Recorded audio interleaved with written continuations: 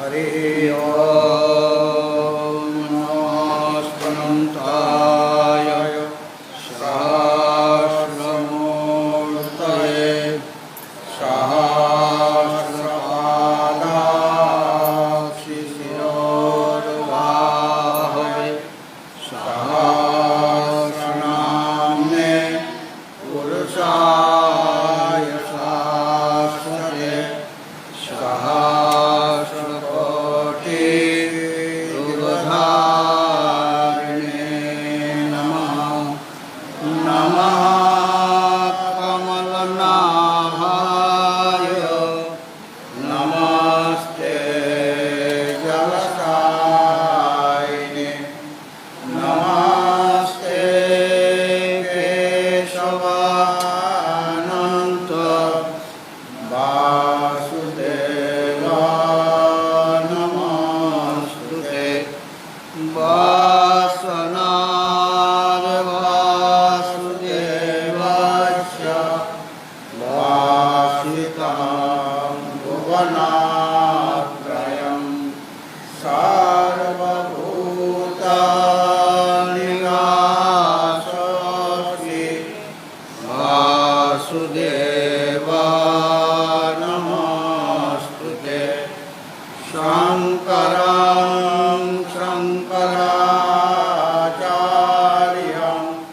केशवं बादरायणं सूत्रभाष्यकृतो वन्दे भगवन्तो पुनः पुनः ईश्वरो गुरुरात्मेति मूर्तिभेदविभागिने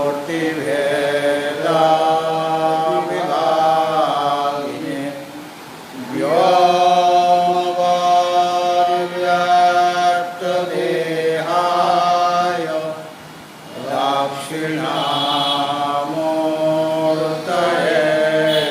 नमः। ॐ शान्ति शान्ति शान्तिः। ॐ नमो नारायणाय। ॐ सर्वमङ्गलमाङ्गल्ये शिवे सर्वार्थसाधिके शरण्ये त्र्यम्बके गौरी नारायणे नमोस्तुते। ॐ सदाशिवसमारम्भं शङ्कराचार्यमध्यमाम् अस्मदाचार्यपर्यन्तं वन्दे गुरुपरम्परां वन्दे गुरुपरम्परां।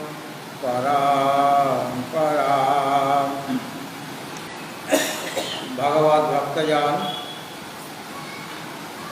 चातुर्मास्य व्रतोत्सव उपलक्षे जे 2 মাসব্যাপী গীতা পাঠ ও প্রবচনের আয়োজন করা হয়েছে, আজও তা শুরু করা হচ্ছে। আমরা দ্বাদশ অধ্যায় ভক্তিযোগ 11 থেকে 15 এই কয়েকটি শ্লোক সমবেতভাবে পাঠ করব। ওম নমো ভগবতে वासुदेवाय। ओम नमो भगवते वासुदेवाय। अथ श्रीमद्भगवद्गीता प्रारभ्यते। अथ श्रीमद्भगवद्गीता प्रारभ्यते। द्वादशोऽध्यायः द्वादशोऽध्यायः भक्तियोगः। भक्तियोगः। 11 अथैतदात्मसक्तोऽसि कर्तुं मद्योगमाश्रितः। तत्त्वसि कर्तुं मद्योगम् सर्वकर्मफलत्यागं ततः कुरु यतात्मवान्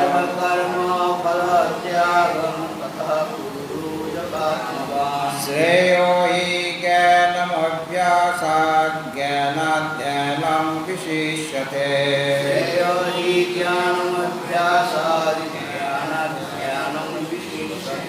ध्यानात् कर्मफलत्यागस्त्यागात् शान्तिरनन्तरम्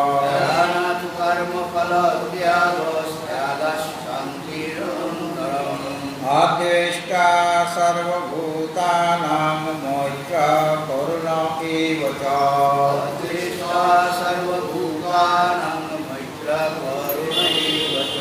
निर्ममो निरहङ्कारः समदुःखसुखक्षमे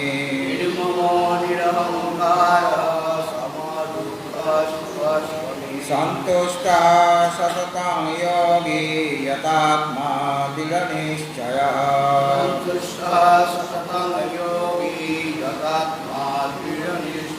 मयार्पितमनो बुद्धिर्यो मद्भक्तः स मे प्रियः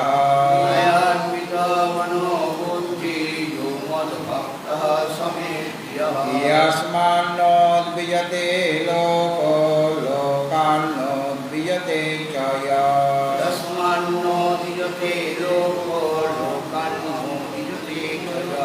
हर्षामर्षभयोद्वेगैर्मुक्तो यः स च मे प्रियः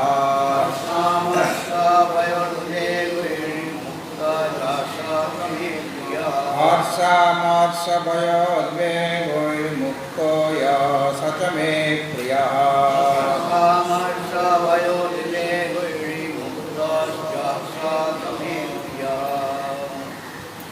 আমাদের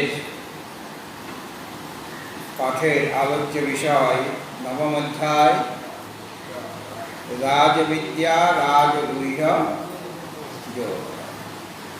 কত নম্বর শ্লোকের ব্যাখ্যা চলছিল আলোচনা? 9 নম্বর শ্লোকটি পাঠ করতে হবে। নাচ মান্তানি কর্মাণি নিবধ্নন্তি ধনঞ্জয়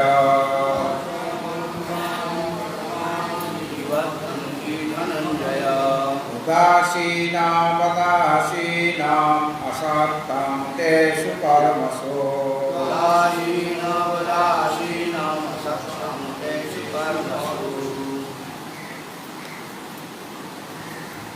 ভগবত ভক্তজন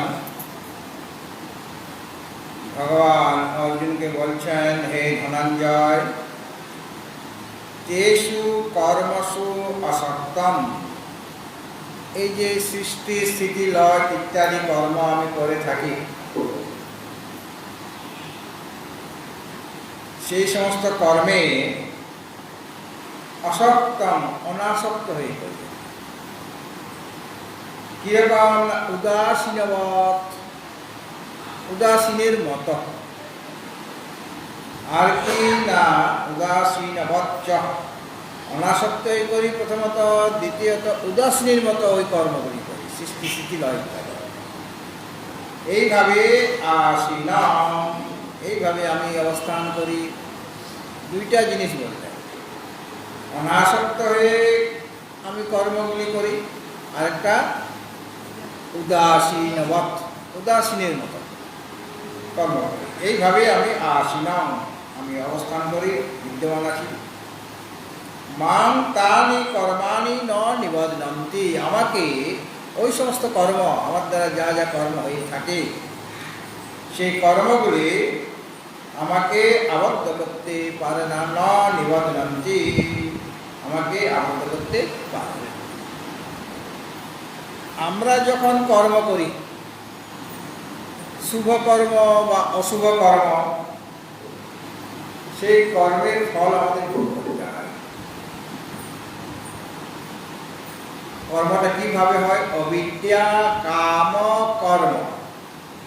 অবিদ্যাবশত আমাদের মনে কামনা জাগে, মানে বস্তু পাওয়ার জন্য, আর কামনা জাগাতে সেই কাম্য বস্তুগুলি লাভ করার জন্য আমাদের কর্ম করতে হয়।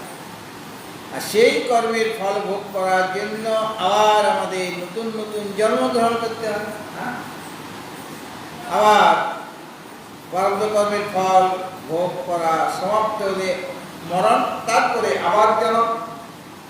এইভাবে জন্মের পর মৃত্যু, মৃত্যুর পর জন্ম, আবার মৃত্যু, আবার জন্ম। কিন্তু ভগবান বলছেন আমাকে সেইভাবে সাধারণ জীবের মতো আমিও যদিও অনেক কিছুই করছি।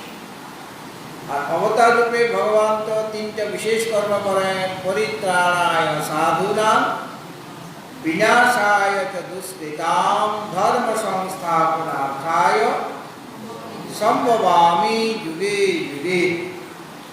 তিনটা কাজ করেন: সাধুদের সৃষ্টির পালন, দুষ্টের দমন, আর ধর্মের স্থাপন। তিনটা কাজ করেন, বিরাট কাজ। কাজে এই যে কর্মগুলি করছেন তার দ্বারা তিনি লিপ্ত হবেন কিনা, কর্মে আবদ্ধ হয়ে যাবেন কিনা, বা তিনি যে সৃষ্টি স্থিতি লয় করছেন সেখানে ওই সমস্ত কর্মের দ্বারা আবদ্ধ হবেন কিনা। আর কর্ম যেগুলি করছেন সেগুলিও মানে চিত্র। কোন কোন ব্যক্তিকে দেবতা করে তৈরি করলেন, দেবতা হয়ে গেলেন, দেব শরীর লাভ করলেন। হ্যাঁ, কেউ বা মনুষ্য শরীর লাভ করলো, কেউ বা তির্যক শরীর। তির্যক শরীর মানে পশু, পক্ষী, কীট, পতঙ্গ, বৃক্ষ, লতা, পাতা ইত্যাদি। হ্যাঁ, এই যে বিষম সৃষ্টি হয়ে যাচ্ছে তার পক্ষে। হ্যাঁ, সকলকে তো সমানভাবে দেবতা করে দিলেন না, বা সকলকে মানুষ করে দিলেন না, বা সকলকে তির্যক শরীরও করে দিলেন না। এগুলো নানা রকম ভেদ আছে। আবার কাউকে সুখী, কাউকে দুঃখী, কাউকে ধনী, কোনো ব্যক্তিকে নির্ধন, কেউ রোগী, কেউ নিরোগী, কেউ পণ্ডিত হচ্ছেন, কেউ অজ্ঞ হচ্ছেন, এইরকম হয়ে যাচ্ছে।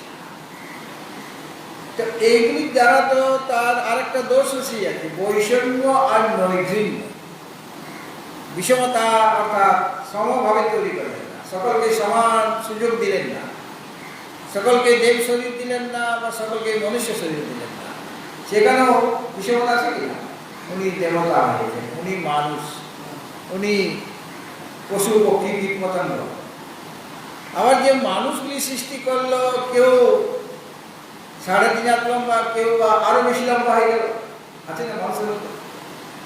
কেউ খুব স্থূল শরীর, কেউ জীর্ণ শরীর, কাউকে ফর্সা করে দিলেন, কাউকে কালো করে দিলেন, কাউকে দেখতে সুন্দর করে দিলেন, কাউকে কুৎসিত করে দিলেন। এরকম তো আছে, মানে নানা রকম। মানে সংসারটা হলে বৈচিত্র্যময়। হ্যাঁ, এখানে বিষমতা থাকবেই। বিষমতা ছাড়া আবার মজাও নেই।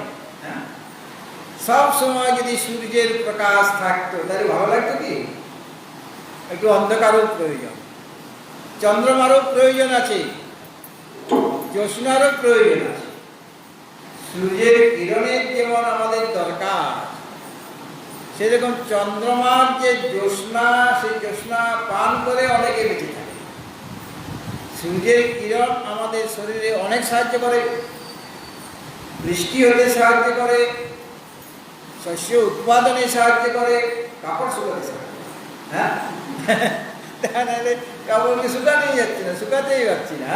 কদিন খুব বৃষ্টি হলে কি হয় অবস্থা? কাপড়গুলি মানে গন্ধ বেরোচ্ছে, মানে শুকাতে পারছে না, জায়গা নেই। কোথায় মিলব? আর যদি ফ্ল্যাট বাড়ি হয় তাহলে তো আরো অসুবিধা। আশ্রমে হলে তার জায়গা আছে, ফ্ল্যাট বাড়িতে মেলার জায়গা খুব কম। তাহলে সূর্যের দরকার কি না ওনার? তাছাড়া আরো অনেক কাজ করছে সূর্য। আর চন্দ্রমা তিনি জ্যোৎস্না দিচ্ছেন, কিরকম শীতলতা আছে কিনা, জ্যোৎস্না গরম নেই সূর্য। এবং সেই জ্যোৎস্নার দ্বারাও অনেক শস্য ইত্যাদি পুষ্ট হয়। চন্দ্রমার জ্যোৎস্না পান না করলে ওরা পুষ্ট হবে না। মানে আমরা বলি না আগড়া বল, জানেন তো? ধানের ভিতরে যদি ওই শ্বাসটা না থাকে, চালটা যদি না হয়, তাহলে ওটাকে বলে আগড়া, মানে আসল জিনিস নাই, ভিতরে চালটাই নেই। চালের জন্যই তো আমি ধান রোপণ করেছিলাম। আগড়া নেওয়ার জন্য কি করেছিলাম, মানে তুষটা, বাইরের খোলসটার জন্য কি আমি নিয়েছি, ভিতরে আমার জিনিসটা থাকা দরকার। তো সেটা হবে না। জ্যোৎস্নার প্রয়োজন, সব কিছুরই আমাদের প্রয়োজন। দিনের প্রয়োজন, রাত্রির প্রয়োজন, সকালের প্রয়োজন, সন্ধ্যার প্রয়োজন, দেবতারও প্রয়োজন, মানুষেরও প্রয়োজন, পশু পাখি কীট পতঙ্গেরও প্রয়োজন। যেটাকে আমি কীর্তন করতে করতে মেরে ফেলছি, কাকে? মশাকে। মশাকে কীর্তনের ছলে মেরে হাততালি দেওয়া হচ্ছে আর মশা মারা হচ্ছে।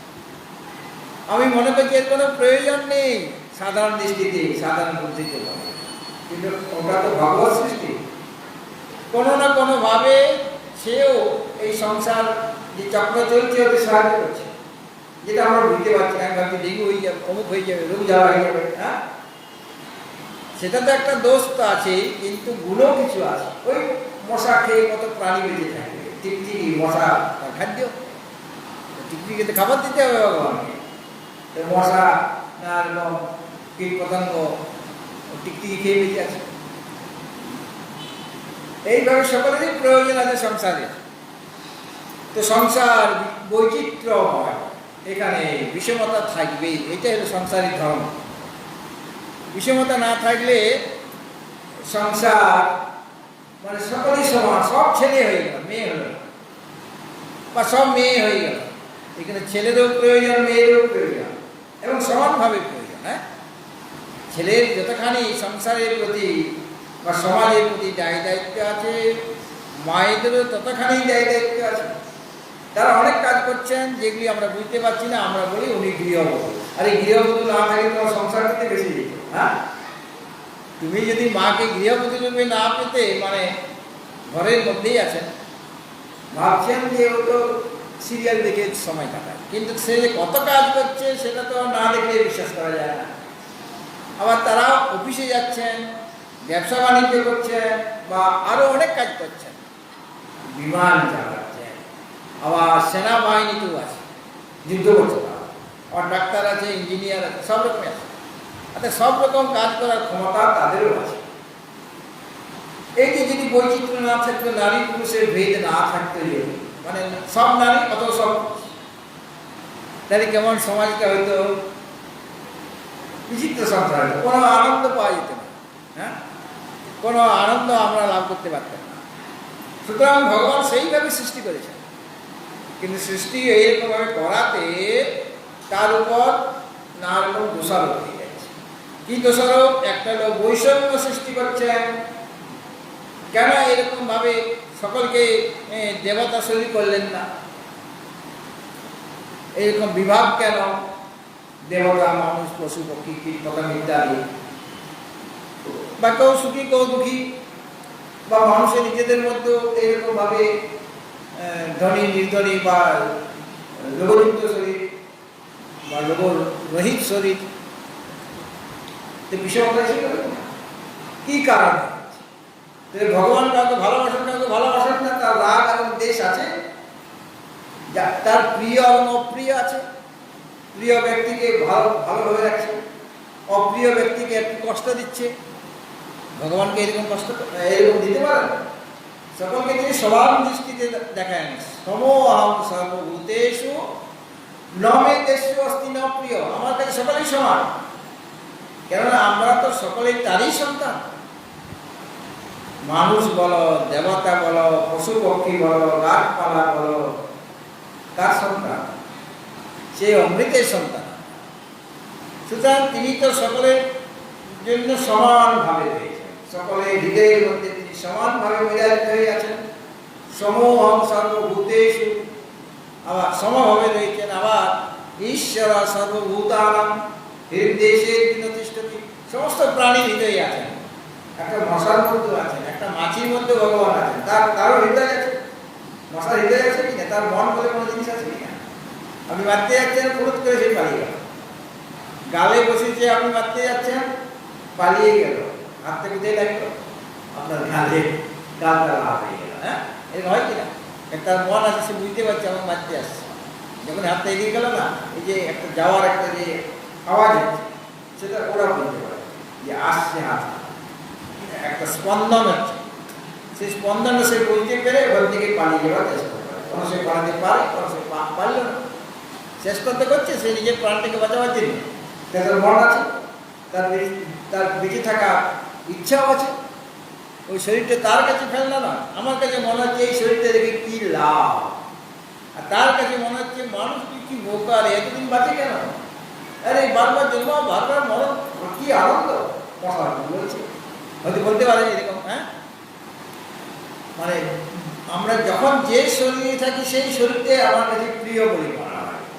এই যে ভগবানের লীলা, মানব শরীরে আমরা যেমন হবে, এই যে শুয়োর টুয়োরকে খুব মানে ওদের খুব কষ্ট হচ্ছে আমাদের কাছে মনে হয়। কিন্তু শুয়োরগুলি বলবে দেখো ওরা খেতে জানে না, ওরা ঝিঙে পোস্ত খায়, ওরা ডাল খায়, ওরা ভাত খায়, ওরা পায়েস খায়, ওরা বোকা, কি বোকা, ওদের টাকা পয়সা আছে, অথচ এরকম খারাপ খারাপ খাবারগুলি খাচ্ছে। আরে ড্রেনে আসে না কেন, ড্রেনে কত ভালো ভালো খাবার আছে।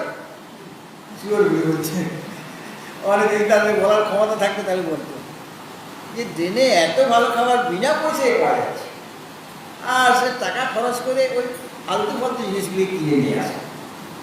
মানুষের মতো বোকা প্রাণী আর সংসারে নেই। হ্যাঁ, এরকম তারা বলবে, এবং তারা ওই শরীরটাকে ভালোবাসছে, শুয়োর শরীর। আমরাও একদিন কোনো জন্মতে শুয়োর শরীর পেয়েছিলাম, আমাদেরও সেই নিজের শরীরে, শুয়োর শরীরে আমার আসক্তি ছিল, তাকে আমি ভালোবাসতাম, সেই শরীরটাকে আমি ভালোবাসতাম। এটা ভগবানের বিরাট একটা লীলা। হ্যাঁ, যে যে অবস্থায় আছে সেই অবস্থাতে সে খুশি হয়ে যাচ্ছে। সুতরাং এই যে তিনি এই কাজগুলি করছেন, তাহলে তার মধ্যে বিষমতা দোষ, আবার নৈর্ঘৃণ্য মানে হিংসা করা, যে দুঃখী হয়ে গেল, যে রোগী হয়ে গেল, তাকে তো ঘৃণা করা হলো কিনা, তাকে কেন এরকম করা হলো, তাকে ওরকম ভাবে ধনী করে দেওয়া হতো, করে দিলে কি অসুবিধা হতো তার ভগবান, বা সকলকেই দেবতা করে দাও, সমানভাবে স্বর্গে থাকতে, এই পৃথিবীতে থাকার কি দরকার, সবাই স্বর্গে থাকবে, সকলের দেবী শরীর, অথবা সকলে পৃথিবীতেই থাকুক, সবাই মানুষই হয়ে যাক, দেবতার দরকার নেই, পশু পাখি দরকার নেই, কীট পতঙ্গের দরকার নেই, সবাই মানুষ হয়ে যাক, সবাই মানুষের কাজ চলবে। আগেকার দিনে যে আমরা চাষ করতাম, কৃষিকার্য, কি দরকার হতো, মোষ বা গরু, হ্যাঁ, ওগুলো দিয়ে লাঙ্গল চাষ করা হতো, কিন্তু এখন তো আর বেশি প্রয়োজন হয় না, ট্রাক্টর হয়ে গেছে। কিন্তু আগেকার দিনে তাই হতো। আবার সারটা কি, গোবরের সার। তো মানুষের সার যদি দেওয়া হতো তাহলে চাষ আপনি করতে পারতেন, এত দুর্গন্ধ বেরোতো জমি থেকে। হ্যাঁ, আর গরুর সার দিলে দুর্গন্ধ বেরোতো। মানুষের সার দিলে এই ধাপাতে কি হয়, বড় বড় কপি হয় কিনা, মানুষের সারে অনেক ইয়ে আছে, মানে ক্ষমতা আছে, সব ওখানে গিয়ে পড়ে ধাপাতে। আর বড় বড় বাঁধাকপি, বড় বড় ফুলকপি, কি ফুলকপি একদম টাটকা। কেন, মানব বর ওখানে আছে, মানব বর, গোবর মানব বর, মানে আধিক্য আছে, এরকম অনেকেই বলে, আমি জানি না কি ব্যাপার। যাই হোক, বৈষম্য না থাকলে অনেক কিছু ঝামেলা হয়ে যেত, অনেক অসুবিধা হতে আমাদের। হ্যাঁ, মানে জীবন ধারণ করাই আমাদের পক্ষে কষ্ট করে। যদি সব মানুষ, এখন পুকুরে যদি মাছ না থাকতো তাহলে বাঙালিরা কি করতো, তাহলে মাছ খাওয়াটাই তার জীবন, মাছ না খেতে পারলে জীবনটাই ব্যর্থ হয়ে যাবে। হ্যাঁ, এরকম মনে হয় কি না? আবার অন্য কিছু দরকার, অন্য দরকার, ওই মাছের জন্য আবার অন্য পোকামাকড় দরকার বা খাদ্য দরকার। সেইরকম ভাবে বিষমতা না থাকলে মাছগুলো সবাই মাছ হয়ে গেল। মাছ কি খাবে, কে খেতে দেবে তাকে, কে পুষবে, কে জলাশয় তৈরি করবে, জলাশয় ওরা তো নিজেরা তৈরি করতে পারবে। অনেক কিছু ঝামেলা, মানে সমস্যা হয়ে গেল। ভগবান এই কাজটা করেছেন, কাজ তো করলেন, কিন্তু তার মধ্যে হিংসার দোষও এসে গেল। কেন, সকলকে তিনি সমান দৃষ্টিতে দেখলেন না, কাউকে পাপী করে দিলেন, মানে তাদের কষ্ট দিচ্ছেন, মানে অশুভ কর্মের ফল যেটা সেটা দিয়ে দিলেন। তার তো কোনো ফল না, তার তো কোনো কর্ম নাই। কাজে এইরকম যে বিষমতা এবং নৈর্ঘণ্য দোষ তার মধ্যে এসে যায়। ভগবান বলছেন না, আমার মধ্যে বিষমতাও নেই, সকলের প্রতি আমি সমদৃষ্টি রাখি এবং কাউকে আমি ঘৃণা করি না, সকলকে আমি ভালোবাসি। কেন, আমার এই সন্তান সকলে। তাহলে এরকম করো কেন, তোমাকে কর্ম আবদ্ধ করবে না কেন? তার উত্তরে তিনি বললেন এই 9 নম্বর শ্লোক, ন তা ন চ মাং বললেন আমার বলার ন চ মাং তানি কর্মাণি নিবদন্তি ধনঞ্জয় উদাসীন বদাসীন আসক্তং তেষু কর্মসু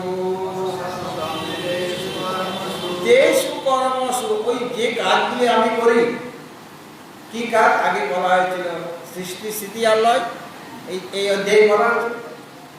এই যে সৃষ্টি স্থিতি আর প্রলয় দুটি বিরাট কাজ, সমস্ত প্রাণীকে সৃষ্টি করা, ওই প্রাণীদের আবার স্থিতি, তাদের পালন পোষণ তো করতে হবে। শুধু সৃষ্টি করলেই তো হবে না, জন্ম দিলেই তো হবে না, তাকে তো বাঁচিয়ে রাখতে হবে। তার খাওয়া দাওয়া পড়া থাকার জায়গা সব রকম ব্যবস্থা মা বাবার করেন কিনা, ছেলে মেয়েদের শিক্ষার ব্যবস্থা, বিয়ের ব্যবস্থা, বা তাদের খাওয়া দাওয়া, বাচ্চা বয়সে যুবক অবস্থাতে যতক্ষণ না সে নিজে অর্থ উপার্জন করতে পারে ততদিন তো তাকে খাওয়াবে পড়াবে, তাকে বাড়ি থেকে তাড়িয়ে দেবে কি? মানে তার পালন পোষণ তাকে করে দিতে হচ্ছে। এবং প্রলয়, ব্রহ্মা রূপে সৃষ্টি করেন তিনি, বিষ্ণু রূপে পালন করেন, আর রুদ্র রূপে সংহার করেন। বলে সংহার করার কি দরকার? সৃষ্টি করে কিছুদিন বাঁচিয়ে রেখে মেরে ফেলা, এটা একটা আরো হিংসার কাজ। বলে না, হিংসার কাজ নয়, আমরা আমাদের জন্ম ভালো ভগবান পালন করছে না। এখন যদি আমরা না মরতে, বুড়ো হয়ে গেছি, জরাজীর্ণ শরীর হয়ে গেছি, নানা রকম রোগ শরীরে বাসা বেঁধেছে, কিন্তু মরছি না। নতুন নতুন লোকের সৃষ্টি হচ্ছে, কিন্তু বুড়ো বুড়িগুলি যাচ্ছে না। তাহলে সংসারটা কেমন হতো চিন্তা করে দেখুন। বুড়া বুড়িতে ভর্তি হয়ে যেত, আর ছোট ছোট ছেলে মেয়েরা যে আসছে তারা থাকার জায়গা পেত না, তাদের আদর করার লোক নেই। কেন এত ঘেনা, মানে জড়াজড়ি করে সবাই আছে।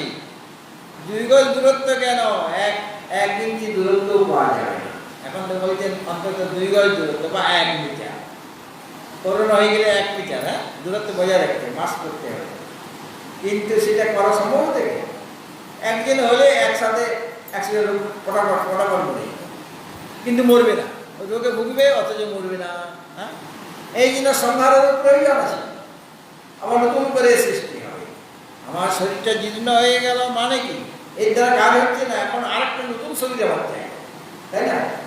একটা কলম যদি আমার খারাপ হয়ে যায়, তাহলে আমি কলমটা ফেলে দিয়ে আরেকটা নতুন কলম কিনবো কিনা? আর এখন তো যন্ত্র, তুমি করলে বাস কালি শেষ, ফেলে দাও, আর দরকার নেই।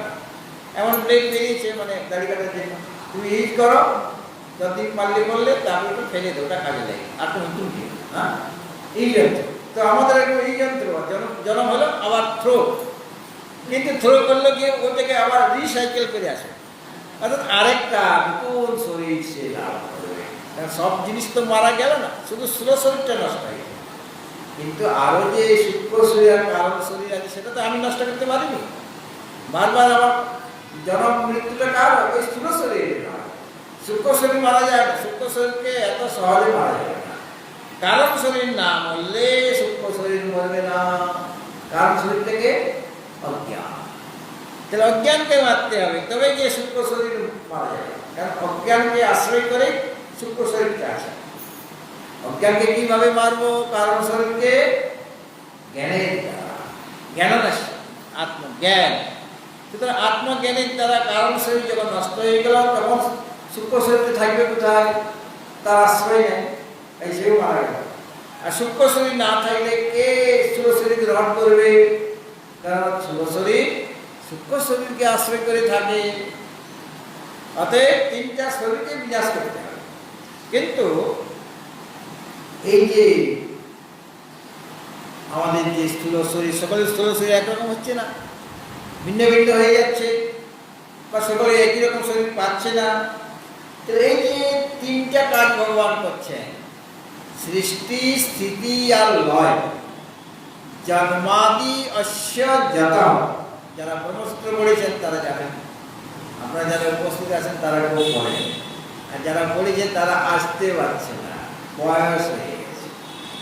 কাজে ব্রহ্মসূত্র পড়াতে গেলে আবার নতুন করে এখানে পড়াতে প্রথম থেকে, হ্যাঁ এবারে করবার কথা ছিল, কিন্তু আপনারা তো 2 বেলা আসতে পারবেন না, সাধ্যায় এ আসা আপনাদের পক্ষে 2 বেলা আসা সম্ভব নয় এই অবস্থাতে, এই জন্য সাহসও করছি না।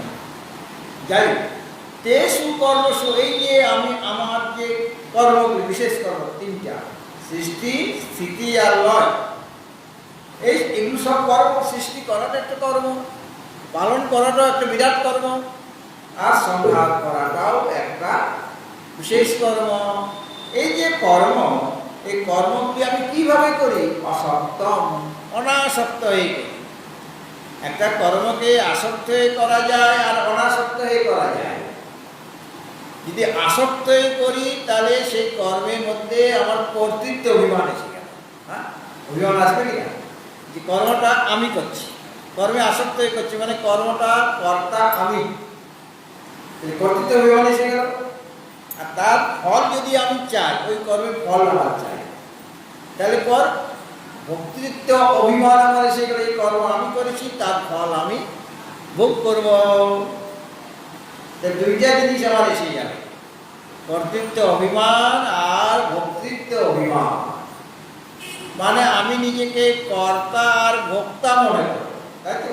যদি কর্মটা আসক্ত হয়ে করি এবং কর্ম ফলে যদি আমার ইচ্ছা থাকে, আকাঙ্ক্ষা থাকে, তা 2টা জিনিসই আমার এসে গেল, কর্তৃত্ব অভিমান আর ভোক্তৃত্ব অভিমান। মানে আমি কর্তা এবং ভোক্তা। এই যে নিজেকে কর্তা এবং ভোক্তা বলে মনে করা, এটার নামেই সংসার।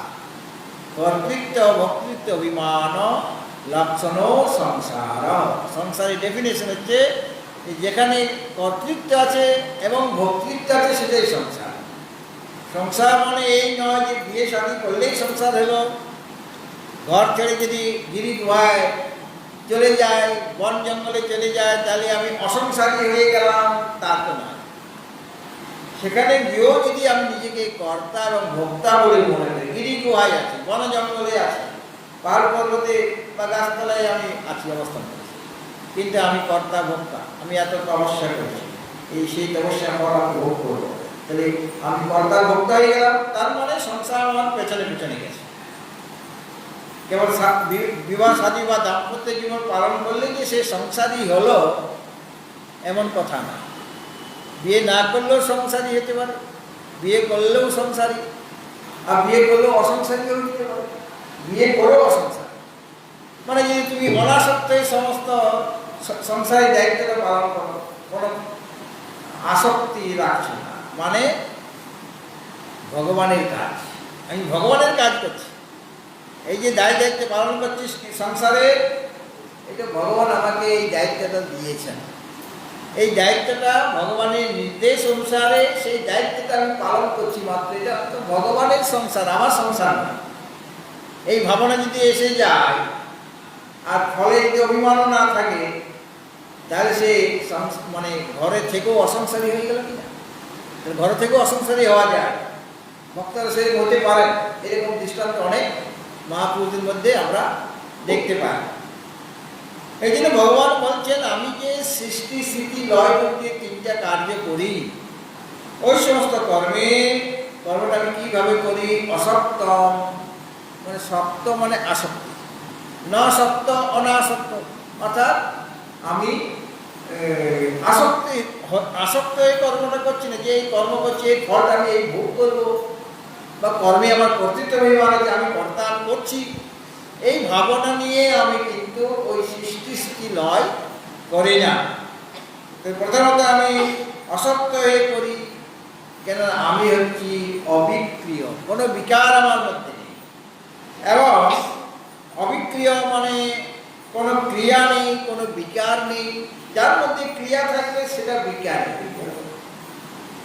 আমার শরীরের মধ্যে নানা রকম ক্রিয়া হচ্ছে, ভিতরে বাইরেও হচ্ছে, হাত পা নাড়ছি, খাচ্ছি, আবার যদি চুপচাপ বসে থাকি তাহলেও ক্রিয়া হচ্ছে। কি ক্রিয়া? রক্ত চলাচল করছে, শ্বাস চলাচল করছে, শিরা উপশিরা কাজ করছে কিনা? ঘুমিয়ে থাকলে কি আমি শ্বাস নিতে ভুলে যাব? শ্বাস চলবে কিনা? ঘুমিয়ে আছি, আমার তো খেয়াল নেই। আর আপনি যখন জাগ্রত অবস্থায় আছেন তখন কি আপনি গুনে গুনে করছেন, এই শ্বাস নিলাম, শ্বাস ছাড়লাম, শ্বাস নিলাম, শ্বাস ছাড়লাম, তাহলে আপনার হয়ে গেছে। এটা কি আপনাকে দেখতে হয় যে শ্বাসটা নিলাম কিনা? আরে নিতে ভুলে যেতে তো মারা যাবো। তাহলে ওই রকম ভাবে যে দৃষ্টিভঙ্গি দিয়ে করি, শ্বাস নিলাম, শ্বাস ছাড়লাম, শ্বাস নিলাম, শ্বাস ছাড়লাম, তাহলে আর কোনো কাজ করতে হবে? ওই শ্বাস নাও আর ছাড়ো, শ্বাস নাও আর ছাড়ো, আর কোনো কাজ করতে হবে না। যারা প্রথম প্রথম সাইকেল চালানো শেখে, তখন তার বাচ্চা বয়সে আমরা সাইকেল চালানো শিখছি, আমার প্যাডেলের দিকে মন আছে, হ্যান্ডেলের দিকে মন আছে, মানে দৃষ্টি যেখানে বসে আছি সেখানে মন আছে, আর ব্যালেন্সের দিকে মন আছে, আর রাস্তাটার দিকে তাকাতে হবে। তাই কটার দিকে তাকাতে হচ্ছে? আমি নতুন সাইকেল শিখছি, প্যাডেলের দিকে আমার মানে দৃষ্টি, মানে মনটা রাখতে হচ্ছে, রাস্তার দিকে রাস্তাটা দেখতে হচ্ছে, হ্যান্ডেল দেখতে হচ্ছে, নিজের সিটটা দেখতে হচ্ছে, ব্যালেন্স দেখতে হচ্ছে, এত দিকে নজর রেখে সাইকেলে চালাতে হচ্ছে। একটুখানি গোলমাল হলে ধপাস করে পড়ে যাচ্ছে, তাই না? কিন্তু যখন পরিপক্ক হয়ে গেলাম তখন কি এত খেয়াল আছে প্যাডেল করছি কিনা, হ্যান্ডেলটা ঠিকমতো ধরেছি কিনা, বা ঠিকভাবে বসেছি কিনা? রাস্তার দিকেও আপনাকে ভালোভাবে দেখাতে হচ্ছে না, মানে আমি শুধু একবার দেখে নিই রাস্তাটা, কিন্তু একদম ওখানে ইট আছে কিনা, ওখানে পাথর আছে কিনা, এইরকম ভাবে করছি, পদে পদে দেখতে হচ্ছে কি রাস্তাটা ক্লিয়ার আছে কিনা আপনি দেখে নিচ্ছেন। হ্যাঁ, আর প্যাডেল দিকেও মন নেই, হ্যান্ডেলের দিকেও মন নেই, সিটের দিকেও মন নেই, ব্যালেন্স আছে কিনা আপনি লক্ষ্য রাখছেন না, লক্ষ্য রাখার দরকার নেই, আপনার ব্যালেন্স এমনিতেই আছে। হ্যাঁ, মানে আপনি পরিপক্ক হয়ে গেছেন। ঠিক সেরকম ভাবে মানে প্রথম প্রাথমিক অবস্থায় আমাদের নানা রকমের চিন্তা ভাবনা করছি, কিন্তু ঈশ্বর তো সব কাজ তার লীলা মাত্র। হ্যাঁ, আমাদের একটা কাজ করতে গেলে 10 রকম চিন্তা ভাবনা করতে হয়। হ্যাঁ, কীভাবে করবো, কোথায় তাকাবো, একটা বিল্ডিং বানাবো, কোথায় তাকাবো, কোথায় সিমেন্ট, কোথায় বালু, কোথায় এমন। হ্যাঁ, কিন্তু ভগবান শুধু সংকল্প করলেন সব কাজ হয়ে যাবে। কিন্তু এইরকম সংকল্প করলেন কেন? বিষম সৃষ্টি করে দিলেন, বলে দেখো আমি যে কাজগুলি করছি আমি অবিক্রিয়, আমার মধ্যে কোনো ক্রিয়া নেই, আর সকল প্রাণীর মধ্যে ক্রিয়া আছে। এমনকি জড় বস্তু যেটা এই পিলারটা বা পাথরটা, তার মধ্যেও ক্রিয়া আছে, তার ভিতরেও বিজ্ঞানীরা যারা বিজ্ঞান করেছেন তারা যারা সব ছোটাছুটি করছে, তো বসে নেই, ভিতরে ক্রিয়া হচ্ছে।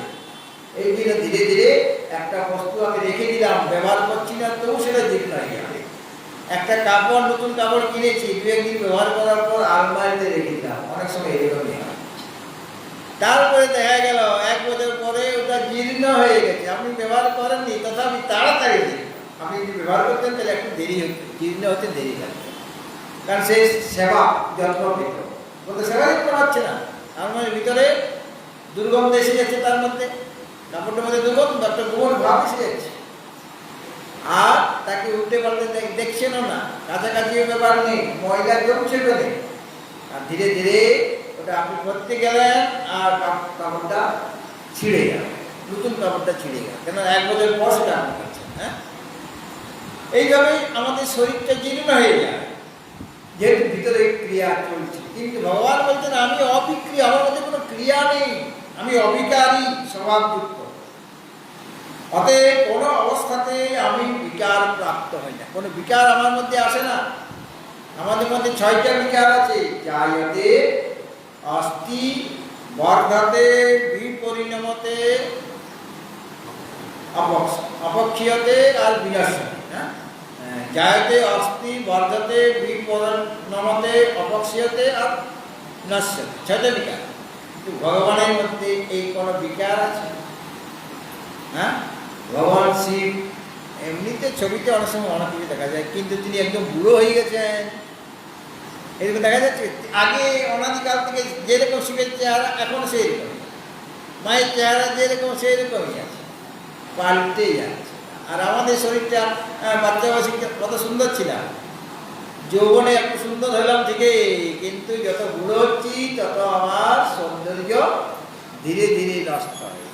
একবারে সৌন্দর্য নষ্ট হলে আমি সহ্য করতে পারবো না, এই জন্য চুল আস্তে আস্তে 1টা পাকা, 2টা পাকা, 2-একটা পাকতে যখন, তখন আমি নাতিকে বলে দিলাম, নাতি বলছে চুলটা ছিল তো, তোমাকে একটা চুল পাকা চুল উঠিয়ে দিলে না 50 পয়সা দেবো, বা এখন রেট বেড়ে গেছে 1 টাকা দেবো। হ্যাঁ, কিন্তু পরে দেখা গেল যত পাকা চুল উঠানো হচ্ছে তত পাকা চুলের সংখ্যা বাড়ছে। তা বলে না না আর ভেতরে না। এখন আমার অন্য উপায় আছে, তোমাদের আর টাকা দেবে না। মানে ওই যে গান নিয়ে কি বলেন তোমরা বলো? হ্যাঁ হ্যাঁ হ্যাঁ যাই। তারপর দেখো ওটা তো কাজ হচ্ছে না, চুল উঠেই যাচ্ছে। আর লোকে বুঝতে পারছে নিশ্চয়ই হাত চুল সাদা হয়ে গেছে, এই জন্য কলম করা হয়েছে, লোকে বুঝে যাচ্ছে। আমি তো বসটাকে মানে ধামাতে পারতে পারছি না করছিলাম, কিন্তু লোকে বুঝে যাচ্ছে এই গার্নিয়া লাগিয়েছে মানে এ চুল পেকে গেছে, হ্যাঁ এই বুড়ো হয়ে গেছে। এটা আমাদের দাপ্পা দিচ্ছে, বুড়ো হয়ে গেছে আসলে। হ্যাঁ দাঁত চলে যাচ্ছে, চোখের দৃষ্টি চলে যাচ্ছে, চামড়া শিথিল হয়ে যাচ্ছে, এরকম হয় কি না? ভগবানের কি সেরকম কিছু হয়? তার জন্মই নেই তো বিনাশ হবে কেমন করে, হ্রাস বৃদ্ধি হবে কেমন করে, কিছু নেই, একই রকমের সর্বদাই রয়েছেন, তিনি আনন্দ পান। সুতরাং যেহেতু তার কোনো বিকার নেই, তিনি যদি ক্রিয়া করতেন তাহলে বিকার হয়ে যেত। যদি সৃষ্টি যদি লয়টা যদি সত্যি সত্যি করতেন তাহলে পর তার বিকার এসে যেত, তারও একদিন নাশ হয়ে যেত। কিন্তু তার মধ্যে কোনো বিকার হয় না, কেননা সমস্ত কর্মে তিনি অসক্ত এই কাজটা করছেন, অনাসক্ত হয়ে। এবং কর্মফলের সাথেও আমার কোনো সম্পর্ক নাই। আমরা কর্ম করি কেন? এই কর্মের ফলটা আমি ভোগ করব, আমি ভোক্তা। কিন্তু ভগবানের এরকম নেই, এই কাজটা করছি তার ফলটা, ভালো ফলটা আমি ভোগ করবো।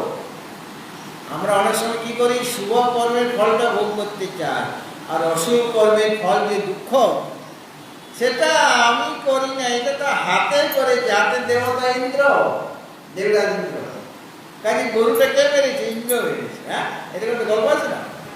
কিন্তু আসলে তুমি তো ভালো কাজটা তুমি নিয়ে নিলে, এটা তো আমি সেই দার্জিলিং থেকে এইটা এই চারা, এই গাছের চারা পেয়েছি, এই বোম্বে থেকে বা বাঙ্গালোর থেকে বা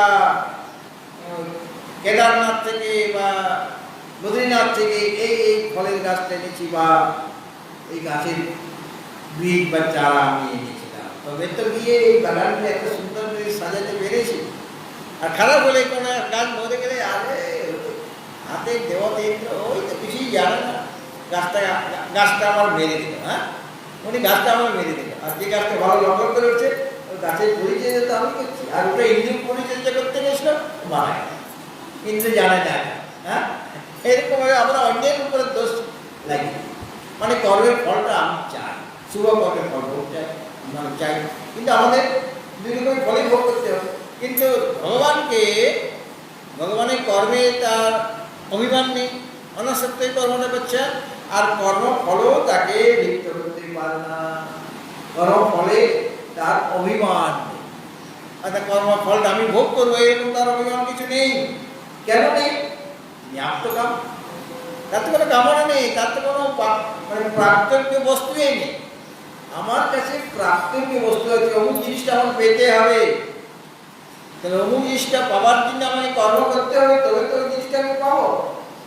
তাহলে আমি কর্ম করছি কি জন্য? ওই ফলটা, ওই ভোগ্য বস্তুটা আমি চাই, কেন ওটার আমার অভাব আছে। আমার যেটা অভাব আছে সেই জিনিসটা আমি পূর্ণ করতে চাই, সেটা পেলে আমার পূর্ণ হবে। তো সেই জিনিসটা পেয়ে যাওয়ার পর কি আমি পূর্ণ হয়ে গেলাম, আর অভাব থাকবে না? তখন নতুন অভাব দেখা যাবে। আমি ভাবলাম ভাড়া বাড়িতে আছি, নিজের নতুন একটা বাড়ি করলে না আমি খুব শান্তিতে থাকি। তো নতুন বাড়ি করা হলো, এখন অশান্তি আরো বেড়ে গেল। আগে তো যেখানে সেখানে পেরেক পুঁতে দিচ্ছিলাম মশাই টাঙাবার জন্য, আজকে এইভাবে চৌকি করা হয়েছে, কাজে এইভাবে পেরেক পুঁততে হয়। তারপরে এক মাস পরে না এটা ঘরটা সাজাতে হবে, ওটা মানে উত্তর দক্ষিণে ছিল, পূর্ব পশ্চিমে করলেন, তাহলে পেরেকটা আরও পুঁততে হবে, সেরকম আরও থুকো। হ্যাঁ এতে করে তোমার কোনো অসুবিধা হচ্ছে, মালিক যে ঘরটার মালিক তার অসুবিধা হচ্ছে। আর আপনি যখন বাড়ি করলেন, এই কি করছিস রে, এত আওয়াজ কেন? বলে পেরেক পুঁতছিস নতুন ঘরে? তুই আমার বুকে পেরেক দেওয়ালে পুঁততে পারবি? হ্যাঁ বুকে পেরেক পুঁতে দে, এটা আমি সহ্য করবো, কিন্তু আমার দেওয়ালে পেরেক করতে পারবি। হ্যাঁ তারপর দেখা গেল ওখানে একটা জল জমেছে। আরে আগে ভাড়া বাড়িতে জল জমছিল, মানে স্বেচ্ছাতে হয়ে যাচ্ছিল, তখন আমার কিছু মানে মনটা খারাপ হচ্ছে না। এখানে জল জমে গেছে, মানে ভিতরে কিছু বাইরে ভিতরে ছাদে কিছু জল, তাড়াতাড়ি মিস্ত্রি যাবো। হ্যাঁ, তখন চিন্তা হয়ে গেল, কেননা ওখানে আপনারা এটা এই বাড়িটা আমার, আর ওখানে আমার বাড়ি বলছিলেন না, এটা মালিকের, আমি তো ভাড়াটে। হ্যাঁ, মালিকের বাড়ি। তো যখনই আমার বোধ এসে গেল, তখনই আমার দুঃখ আরম্ভ হয়ে গেল। কর্ম ফল মানে ভোগ্যবস্তু আমি পেলাম, কর্মের দ্বারাই পেলাম, কিন্তু আমার অভাব কোনোদিন আর মিটছে না। সারা জীবন ভর আমরা শুধু বলি আর একটা কাজ বাকি মহারাজ, তারপরে আমি তো ওই কাজটা হয়ে গেলে আমি সার্থক সফল হয়ে গেলাম। সেই কাজটা কোনো রকমে হয়ে গেল, আমি মহারাজ হয়ে গেলেই না আপনার আশ্রমে করে থাকবো, সব রকমের কাজ করবো, আমি যা বলবেন। ওই কাজটা আমি খোঁজ নিচ্ছি, ওই কাজটা হলে কিনা দেখলাম ওই কাজটা হয়ে গেছে। ডাকলাম ফোন করে, দাদা আসুন। বলে আর বলেন না মহারাজ, এখন তো নাতি নাতনিদের স্কুলে নিয়ে যেতে হয়, স্কুল থেকে নিয়ে আসতে হয়, হ্যাঁ, তাদের সাথে খেলতে হয়। বুড়ো বয়সে এখন আপনি খেলবেন, বাচ্চা বয়সে তো অনেক খেলেছেন, এখন কি খেলবেন? বলে এখন নাতি নাতনিদের সাথে খেলতে হচ্ছে। ওটা হয়ে যাক, ওটা একটু বড় হয়ে যাক, তারপরে তো বড় হয়ে গেল, কিন্তু জামাই আসে, আমার নার্ভাস হবে না, মানে কাজ শেষেই হচ্ছে না, মানে আমার অভাব কিছুতেই হচ্ছে না। কিন্তু পরমাত্মা হলেন আপ্তকাম, পূর্ণকাম, তার কোনো কামনা নেই, তার কোনো প্রাপ্ত বস্তু নেই। তো ফলে অভিমান রেখে কি করবেন? তাহলে তার কর্তৃত্ব অভিমান নেই আর ভক্তিত্ব অভিমান নেই, এই দুটাই হলো বন্ধনের কারণ। আমরা যে কর্মের দ্বারা আবদ্ধ হয়ে যাই, কেন? কর্মে আমার কর্তৃত্ব অভিমান আছে, আর ফলে ভক্তিত্ব অভিমান আছে, আমি ফলটা ভোগ করব, এই জন্য সেই কর্মের ফলটা আমাকে ভোগ করতে হয়। কিন্তু ভগবানকে কর্মের ফল ভোগ করতে হচ্ছে না, কর্ম করার জন্য যে বন্ধন, সেই বন্ধনও নেই। আর ওই কর্ম করলে কখনো শুভ কাজ হয়ে যাচ্ছে, যেমন দেবতা বানালাম, একজন মানুষ বানালাম, তাকে সুখী করলাম, তাহলে পুণ্য কাজ। তো পুণ্য কাজের ফল হলো সুখ। আবার কাউকে দুঃখী করে দিলাম, কাউকে রোগী করে দিলাম, তাহলে অশুভ কাজ করেছেন, তার ফলটা দুঃখ। বলে আমাকে ওই রকম অশুভ দুঃখ ভোগ করতে হয় না, কেন? আমার অভিমান নেই, কর্তৃত্ব অভিমান নেই আর ভক্তিত্ব অভিমান নেই। এই জন্য আমি অসত্য মানে কর্তৃত্ব অভিমান ত্যাগ করে কর্ম করছি। এই জন্য কর্ম আমাকে বন্ধন করতে পারে না। ন চমান্তানি কর্মাণি নিবদনন্তি ধনঞ্জয়, ওই সমস্ত কর্ম আমাকে আবদ্ধ করতে পারবে না। কেন? আমি অসত্য করছি। আর কিরকম? উদাসীনের মতো, উদাসীন ভক্ত। দুজনের ঝগড়া লেগেছে, হ্যাঁ, দুই ভাইয়ের ঝগড়া লেগেছে, বা দুই বন্ধুদের ঝগড়া লেগেছে, বা প্রতিবেশীর সাথে প্রতিবেশী ঝগড়া করছে। তো ঝগড়া করতে করতে কারো জয় হবে, কারো পরাজয় হবে, এটাই তো হয়। আরেকজন ব্যক্তি আছেন যিনি উদাসীন। উদাসীন মানে ওরা যে ঝগড়া করছে উনি দেখছেন, দ্রষ্টা, কিন্তু কেউ যদি জয়লাভ করে তাহলে তার আনন্দ হবে না, কেউ যদি পরাজিত হয়ে যায় তাহলে তার কোনো দুঃখ হবে না। এরকম হয় কিনা অনেক সময়? উদাসীনের মতো আছে, কিন্তু আমি দেখতে পাচ্ছি যে ওরা দুজনে ঝগড়া করছে। এই ঝগড়া করলে বা কোথাও যুদ্ধ বিগ্রহ হচ্ছে, কৌরব আর পাণ্ডব, তা একজনের জয় হবে, আরেকজনের পরাজয় হবে। তো আমার বন্ধুর যদি জয় হয় তাহলে আমার আনন্দ হয়ে যাবে, আর শত্রু যদি পরাজয় হয় তাহলেও আনন্দ হবে। শত্রু পরাজিত হলো তাহলে তার আনন্দ হবে।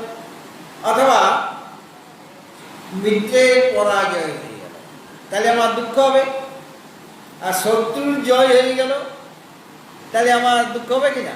শত্রু জয়লাভ করেছে, কিন্তু যার ওদের বিবদমান যে দুইটা গোষ্ঠী, তাদের জয় বা পরাজয়ে তার আনন্দ হচ্ছে না, হর্ষ হচ্ছে না, বিষাদও হচ্ছে না, তাকে বলা চলে আসে না। হ্যাঁ, যেমনভাবে সে নিরপেক্ষ থাকে, মানে উপেক্ষা করে দিচ্ছে, ওদের ঘটনাটা উপেক্ষা করে দিচ্ছে, মানে তাদের জয় পরাজয় তার কিছু যায় আসে না।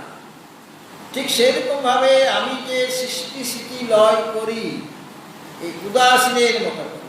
কেউ সুখী হচ্ছে, কেউ দুঃখী হচ্ছে, তাতে আমার কোনো, সুখী যারা তাদের থেকে আমার আনন্দ হচ্ছে না, দুঃখী থেকে আমার কোনো বিষাদও হচ্ছে না। বলে কেন তোমার এরকম?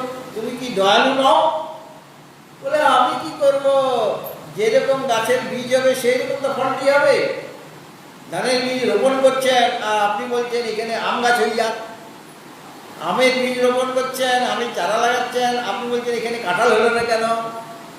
কাঁঠাল গাছ লাগাচ্ছেন, এখানে দার্জিলিংয়ের কমলা লেবু হলো না কেন?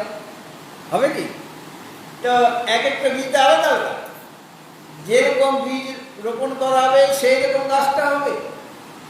বীজের মধ্যে ভেদ আছে।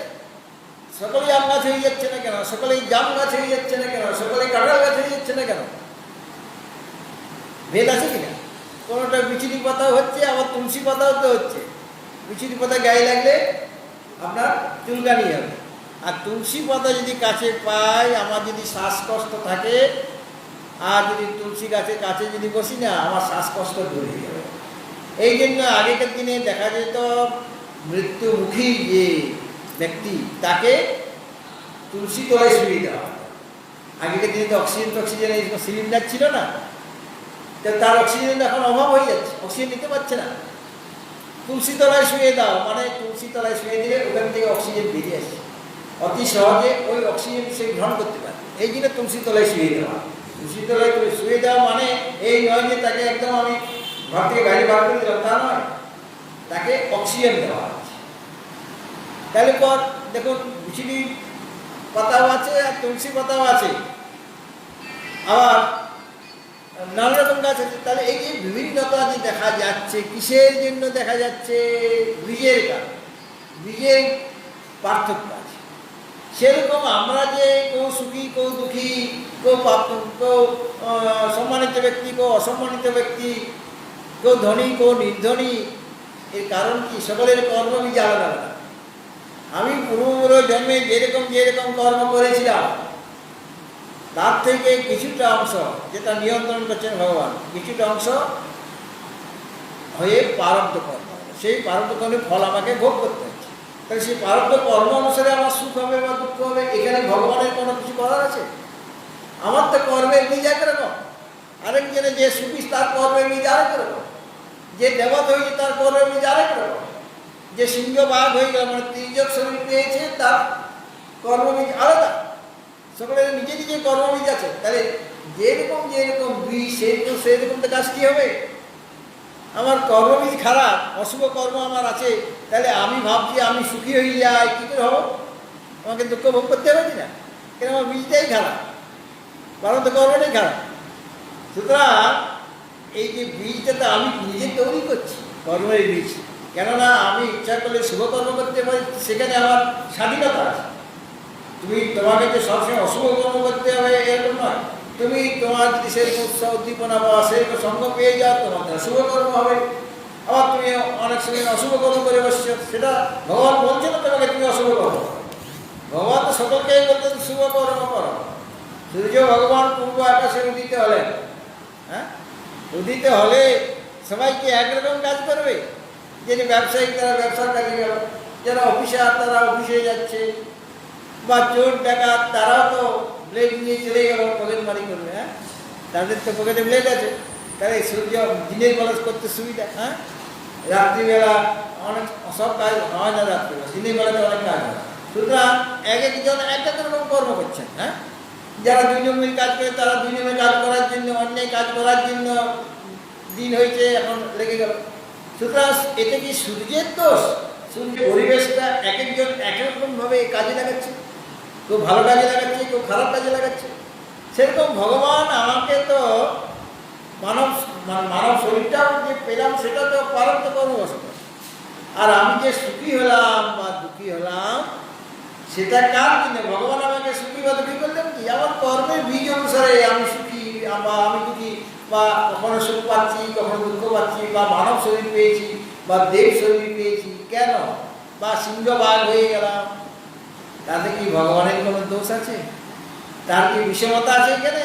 বিষমতা কিছু নেই। ওটা আমার কর্মবীজের জন্য আমি মানুষ হয়েছি বা পশু হয়েছি বা দেবতা হয়েছি। আর এই যে তিনি যে আমাকে দুঃখী করে দিলেন বা নানা রোগ জ্বালা আমার হয়ে গেল, মানে আমাকে হিংসা করে দিলেন। ভগবান হিংসা করেন? আমি নিজেকে হিংসা নিজে করেছি। তুই খারাপ কর্ম করেছি, অশুভ কর্ম করেছি, তার ফল তোমাকে ভোগ করতে হবে না? তো সেই কর্মের ফল তোমাকে ভোগ করতে হচ্ছে। এখানে ভগবানের কোনো হাত, তিনি কেবল পরিবেশটা সৃষ্টি করে দিচ্ছেন। মানে কর্ম করার ক্ষমতা দিচ্ছেন, যে শুভ কর্ম করতে পারো, অশুভ কর্ম করতে পারো, সেটা তোমার স্বাধীনতা। কিন্তু আমি কি দিলাম? আমি তোমাকে চেতনা দিয়ে দিলাম, আমি তোমাকে প্রকাশ দিলাম, তোমাকে শক্তি দিলাম। এখন তুমি সেটা কিভাবে কাজে লাগবে সেটা তোমার ব্যাপার, সেখানে আমার কোনো হাত নেই। তুমি সৎসঙ্গ পেয়ে গেলে, ভালো সঙ্গ পেলে, তোমার সেরকমভাবে তুমি ভালো কাজই করবে।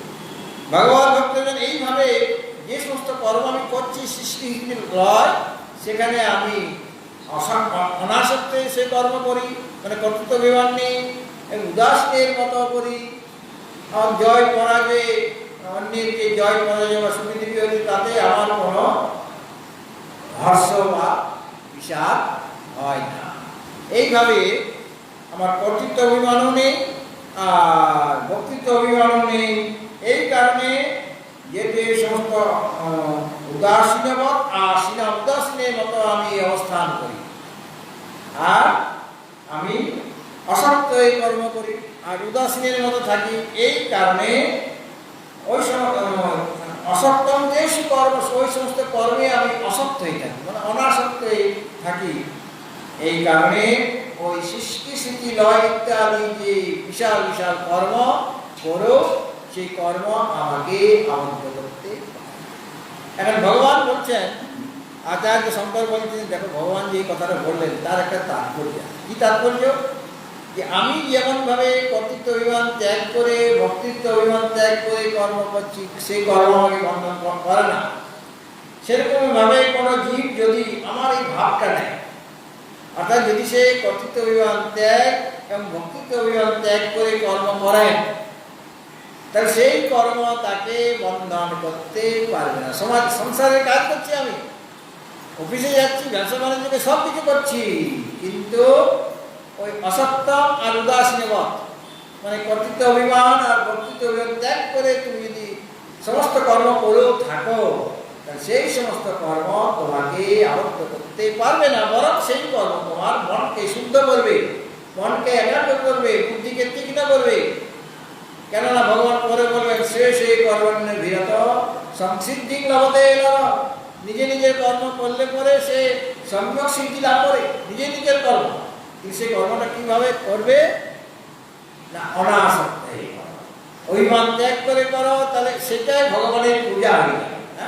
কর্মটাই ভগবানের পূজা, কারণ কর্মের দ্বারাই ভগবানের সেবা হয়ে যাবে এবং আমার মন শুদ্ধ হবে। তবে সেই কর্মটা হবে কর্মযোগ বা অভিমান রহিত। এই কর্ম করে যাও, তাহলে তোমার মন শুদ্ধ হবে। কেন? এনা ভগবান তো আমাদের জ্ঞান বিজ্ঞান সহিত জ্ঞানের উপদেশ দিবেন, তাহলে আমাকে তো সেই রকম যোগ্যতা দিতে হবে। ভগবান নিজের দৃষ্টান্ত দিয়ে বলছেন, যেমনভাবে কর্ম আমাকে আবদ্ধ করতে পারে না, সেরকম তোমরা কর্ম করো, কর্ম ত্যাগ করবে না। এমনভাবে কর্ম করো যাতে করে সেই কর্ম তোমাকে আবদ্ধ তো করবেই না, বরং সেই কর্মটা মানে কর্মযুক্ত হয়ে যাবে। সেই কর্মটা তোমার মন বুদ্ধিকে যোগ্য করে দেবে, শুদ্ধ করে দেবে। আর শুদ্ধ মনে তুমি সেই জ্ঞান লাভ করতে পারবে। গুরুমুখ থেকে শুনলে, স্মরণ মন নির্দেশন করলে অনায়াসে তা বিজ্ঞান হইবে, জ্ঞানটা বিজ্ঞান হইবে। ভগবান ভক্তজন এই বিষয়ে আরো কিছু বলার আছে, সেটা আগামীকাল।